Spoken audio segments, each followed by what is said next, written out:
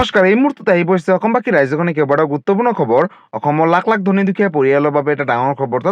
আজি মুখ্যমন্ত্ৰী ডক্টৰ হিমন্ত বিশ্ব শৰ্মাই ৰেচন কাৰ্ডক লৈ কৰিলে বৃহৎ ঘোষণাৰ লগতে অহা 10 তাৰিখে অৰুণোদয় আঁচনি 3.0 ৰ জৰিয়তে মহিলাসকলে লাভ কৰিব 1250 টকা। কিন্তু এই টকা লাভ কৰিব হ'লে তিনিটাকৈ কাম কৰিব লাগিব। লগতে PM কিষাণ যোজনাৰ 21 নম্বৰ কিস্তিৰ ধনক লৈ নতুন এটা আপডেট আহিছে। গতিকে ভিডিঅ'টো সম্পূৰ্ণকৈ চাওক আৰু ভালদৰে বুজি লওক। বলক ভিডিঅ'টো আৰম্ভ কৰোঁ। আৰু আজিৰ প্ৰথমটো খবৰ হৈছে ৰাজ্যৰ লাখ লাখ পৰিয়ালৰ বাবে এটা ডাঙৰ খবৰ। ৰেচন কাৰ্ডক লৈ মুখ্যমন্ত্ৰীয়ে ডাঙৰ ঘোষণা কৰিলে। পোনপ্ৰথমতে আপডেটটো এবাৰ চাই লওক।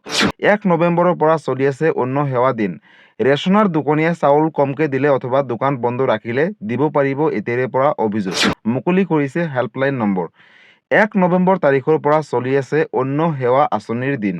নতুন নিয়মেৰে সংগ্ৰহ কৰক ৰেচন কাৰ্ডৰ জৰিয়তে বিনামূলীয়াকৈ চাউল। লগতে EKYC নকৰা গ্ৰাহকসকলে নাপাব ৰেচন কাৰ্ডৰ জৰিয়তে চাউল। আৰু যদিহে আপুনি ৰেচন পোৱা নাই তেনেহ'লে শীঘ্ৰেই কৰি লওক EKYC আপডেট। ৰেচনৰ দোকানীয়ে চাউল কমকে দিলে অথবা দোকান বন্ধ ৰাখিলে দিব পাৰিব অভিযোগ। মুকলি কৰা হৈছে নতুনকৈ ফোন নম্বৰ, অৰ্থাৎ চৰকাৰে নতুনকৈ হেল্পলাইন নম্বৰ মুকলি কৰিছে। ডায়েল কৰক 180034536111। লগতে ফোন নালাগিলে আপোনালোকে এই বিশেষ নম্বৰটোত মেছেজো দিব পাৰিব। লগতে হেল্পলাইন নম্বৰ হৈছে 1967তো কল কৰি দিব পাৰিব অভিযোগ।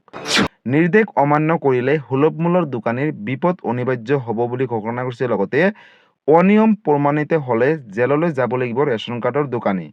ৰেচন সংগ্ৰহ কৰিবলৈ ই-পোষ্ট মেচিনত দিব লাগিব ফিংগাৰপ্ৰিণ্ট, আৰু ফিংগাৰপ্ৰিণ্ট দিহে চাউলখিনি লাভ কৰিব। সজাগতাৰ বাবে ৰেচনৰ দোকানীয়ে দোকানৰ সন্মুখত আঁৰিব লাগিব ফলক। নিয়ম ভংগ কৰিলে দোকানীৰ বিৰুদ্ধে লোৱা হ'ব শাস্তিমূলক ব্যৱস্থা। গতিকে ৰাজ্যৰ লাখ লাখ পৰিয়ালৰ বাবে এটা ডাঙৰ খবৰ। 1 নৱেম্বৰ তাৰিখৰ পৰা 10 নৱেম্বৰৰ ভিতৰত লাভ কৰিব ৰেচন কাৰ্ডৰ জৰিয়তে বিনামূলীয়াকৈ চাউল।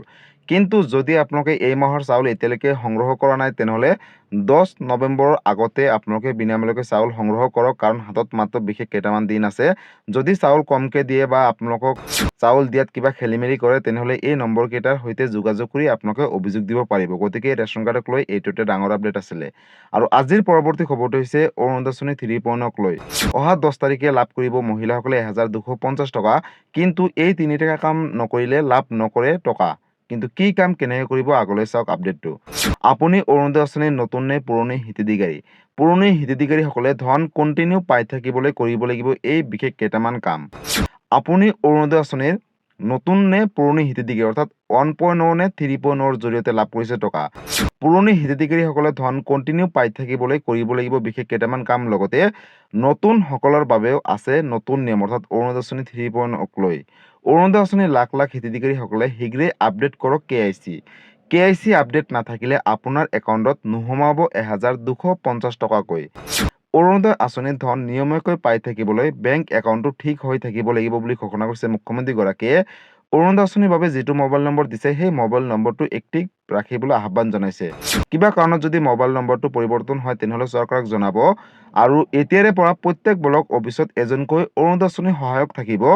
যদি মাহত টকা জমা নহয় তেনেহ'লে ব্লক অফিচত গৈ আপোনালোকে অভিযোগ দিব পাৰিব ডাইৰেক্টলি। গতিকে ৰাজ্যৰ লাখ লাখ মহিলাৰ বাবে এটা ডাঙৰ খবৰ। অহা 10 তাৰিখে ৰাতিপুৱা 10 বজাৰ লগে লগে অৰুণোদয় আঁচনি 3.0ৰ জৰিয়তে মহিলাসকলে লাভ কৰিব 1250 টকা। কিন্তু যিসকল মহিলাই এই বিশেষ কামকেইটা নকৰিব, যেনেকে বেংকৰ লগত আধাৰ কাৰ্ড লিংক কৰিব লাগিব, লগতে বেংকৰ KYC আপডেট দিব লাগিব, লগতে ফোন নম্বৰটো আপোনালোকে এক্টিভ ৰাখিব লাগিব, কাৰণ চৰকাৰে আপোনালোকৰ যেতিয়া টকাটো প্ৰেৰণ কৰিব মেছেজ সোমাব অথবা আপোনালোকক কল কৰিবও পাৰে যদি অযোগ্য হয়। গতিকে ৰাজ্যৰ লাখ লাখ অৰুণোদয় আঁচনি হিতাধিকাৰীসকলৰ বাবে এটা ডাঙৰ খবৰ। আপোনালোকে এই বিশেষ কামকেইটা কৰি লওক আৰু অহা 10 তাৰিখে ৰাতিপুৱা 10 বজাৰ লগে লগে 1250 টকাকৈ DBT যোগে লাভ কৰক। লগতে যিসকলে পূৰ্বৰ পৰাই অৰুণোদয় আঁচনিৰ ধনসমূহ পাইছিলে, কিবা কাৰণত যদি তেওঁলোকে টকাটো পোৱা বন্ধ হৈছে তেনেহ'লে তেওঁলোকে এই কামখিনি কৰি লওক, অৰ্থাৎ KYC আপডেট কৰি লওক, লগতে বেংকৰ লগত আধাৰ কাৰ্ড লিংক ৰাখক আৰু অহা 10 তাৰিখে লাভ কৰক 1250 টকা। গতিকে অৰুণোদয় আঁচনিক লৈ এইটো এটা ডাঙৰ আপডেট আছিলে। আৰু আজিৰ পৰৱৰ্তী খবৰটো হৈছে ৰাজ্যবাসীৰ বাবে আন এটা ডাঙৰ খবৰ, অৰ্থাৎ আধাৰ কাৰ্ডক লৈ মুখ্যমন্ত্ৰী ডক্টৰ হিমন্ত বিশ্ব শৰ্মা তথা চৰকাৰে ডাঙৰ সিদ্ধান্ত গ্ৰহণ কৰিছে। আপডেটটো চাই লওক। আধাৰত নতুন নিয়ম। এই তিনিটা কাম নকৰিলে নিষ্ক্ৰিয় হৈ পৰিব আপোনাৰ আধাৰ কাৰ্ড, অৰ্থাৎ আধাৰ কাৰ্ড থাকিলেও কাম নোহোৱা হ'ব। আধাৰ কাৰ্ডক লৈ আহিল কেইবাটাও নতুন নিয়ম। তিনিটা বিশেষ কাম কৰিলেহে সক্ৰিয় হৈ থাকিব আপোনাৰ আধাৰ কাৰ্ডখন। কেৱল অনলাইনৰ দ্বাৰাহে কৰিব পাৰিব এই বিশেষ তিনিটা কাম। অৰ্থাৎ কি কাম কেনেকৈ কৰিব চাওক। আধাৰ কাৰ্ডত নাম ঠিকনা মোবাইল নম্বৰ ভুল আছে যদি তেনেহ'লে আপোনালোকৰ বাবে এটা ডাঙৰ খবৰ। নাম ঠিকনা মোবাইল নম্বৰ শুদ্ধ কৰিবলৈ আপুনি ভৰিব লাগিব ৭৫ টকা। লগতে ফটো লগতে আঙুলি ছাপ দিবলৈ ভৰিব লাগিব ১২৫ টকাকৈ। আধাৰ কাৰ্ডৰ সৈতে পেন কাৰ্ড লিংক কৰাৰ বাবেও তাৰিখ নিৰ্ধাৰণ কৰা হৈছে ইতিমধ্যে। ৩১ ডিচেম্বৰৰ ভিতৰত আধাৰৰ সৈতে লিংক কৰিব লাগিব আপোনালোকৰ পেন কাৰ্ড। ২০২৬ চনৰ ১৪ জুন তাৰিখলৈকে বিনামূলীয়াকৈ কৰিব পাৰিব নথিপত্ৰ আপডেট। গতিকে ৰাজ্যৰ লাখ লাখ পৰিয়ালৰ বাবে আন এটা ডাঙৰ খবৰ, অৰ্থাৎ আধাৰ কাৰ্ড থাকিলে এটা ডাঙৰ খবৰ, কাৰণ আপোনালোকে অতি শীঘ্ৰেই আধাৰ কাৰ্ডৰ লগত পেন কাৰ্ড লিংক কৰক। লগতে আধাৰ কাৰ্ডৰ যদি কিবা নাম বা আপোনালোকৰ তথ্য ঠিকনা মোবাইল নম্বৰ যদি ভুল হৈ আছে তেনেহ'লে অতি শীঘ্ৰেই শুধৰণি কৰক, আৰু এইখিনি কাম নকৰিলে কিন্তু আপোনালোকৰ পিছলৈ দিগদাৰ হ'ব। গতিকে এইটো এটা ডাঙৰ আপডেট আছিলে আধাৰ কাৰ্ডক লৈ। আৰু আজিৰ পৰৱৰ্তী খবৰটো হৈছে PM কিষাণ যোজনাৰ ২১ নম্বৰ কিস্তি ধনক লৈ নতুন এটা আপডেট আহিছে। পোনপ্ৰথমতে আপডেটটো চাই লওক। আপডেট কৰি ৰাখক বেংক ডিটেইলছ। যিকোনো মুহূৰ্তত সোমাব PM কিষাণ যোজনাৰ ২১ নম্বৰ কিস্তিৰ ধন। PM কিষাণ যোজনাৰ ২১ নম্বৰ কিস্তিৰ ধন পাবলৈ সাজু হওক কৃষকসকলে। অৰ্থাৎ দেশৰ লাখ লাখ কোটি কোটি কৃষকৰ বাবে আহি গ'ল এটা ডাঙৰ খবৰ।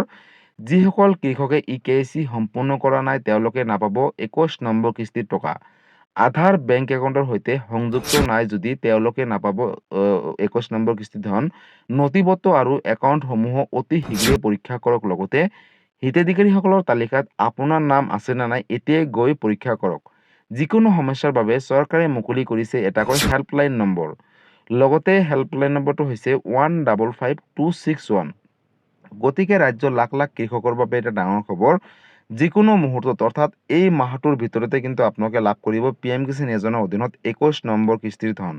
কিন্তু তাৰ বাবে আপোনালোকে বেংকৰ লগত আধাৰ কাৰ্ড লিংক থাকিব লাগিব। লগতে বেংক একাউণ্টটো অৰ্থাৎ EKYC আপডেট থাকিব লাগিব। লগতে PM কিষাণ যোজনাৰ এপছত গৈ বা PM কিষাণ যোজনাৰ ৱেবছাইটত গৈ আপোনালোকে EKYC সমূহ কমপ্লিট কৰিব লাগিব।